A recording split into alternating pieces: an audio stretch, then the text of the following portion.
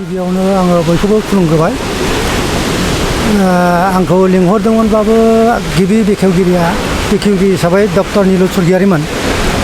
बिथाङा मोनसे एंगार हायै मोनसे फारियाव थानायलाय आल्टिमेटलि आंनो बे दायित्वखौ पालन खालामनो गोनां जादों।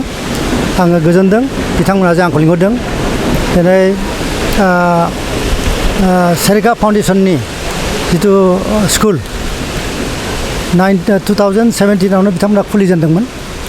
खुलिजेननानै फैयै दिनैसिम नै 2025 जाफैबाय, गोबावसै बिथांमोना। थेवबो बिथांमोना स्ट्रागोल खालामदों। दिनैनि बे समाव बिथांमोना मोनसे नङा मोनसे माबा दावगालांगासिनो दङ आरो दिनै नैबेबो मोनसे बिथांमोननि दावगानायनि मोनसे स्टेप। बिथांमोना दिनै फ्रि कम्पिउटार कर्स 3 मासनि थाखाय खुलिदों।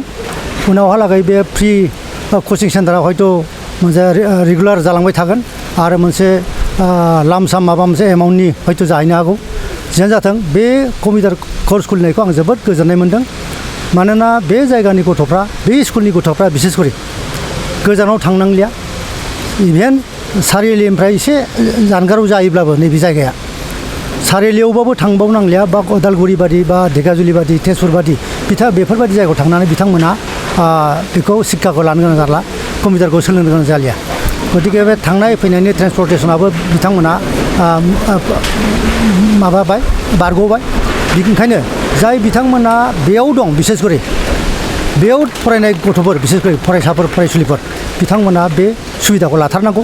आरो दिनैनि दिनाव कम्पिउटार रोङाब्ला, बे साइडआव जुदि रोङाब्ला जिकुनु कम्पानि बा जिकुनु साख्रि बेखौ मोननो थांनाया कठिनसै। खारन बे साइडनि सार्टिफिकेटखौ नांथारगौ जायो। आरो बेयाव बिथाङा जाय साख्रि नागिरगिरि, बिथाङा बे कम्पिउटारनि लाइनाव दिप नलेज दङ, बेखौ एसे जखा सुनायनाय जायो। गतिके बे साइडआव ओंखायनो फरायनायनि लोगो लोगो बिथांमोनहा कम्पिउटार गियानखौबो मोजाङै सोलोंलांनांगोन। होमब्लासो गियान आरजिनायावबो जथेस्थ' लामाया गुवार जालांगोन।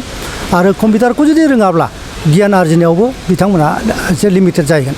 ओंखायनो आं सानो जे दिनैनि बिथांमोना नैबे डक्टर अंगिरा ब्रह्म, जिथु बे रौता सेरेगा फाउन्डेसननि सिनियर सेकेन्डारि स्कुलनि जिथु प्रिन्सिपाल, बिथांनि जिथु उद्योग, बिथांनि जिथु नाजानाय, बे नाजानायखौ आङो बाख्नायो।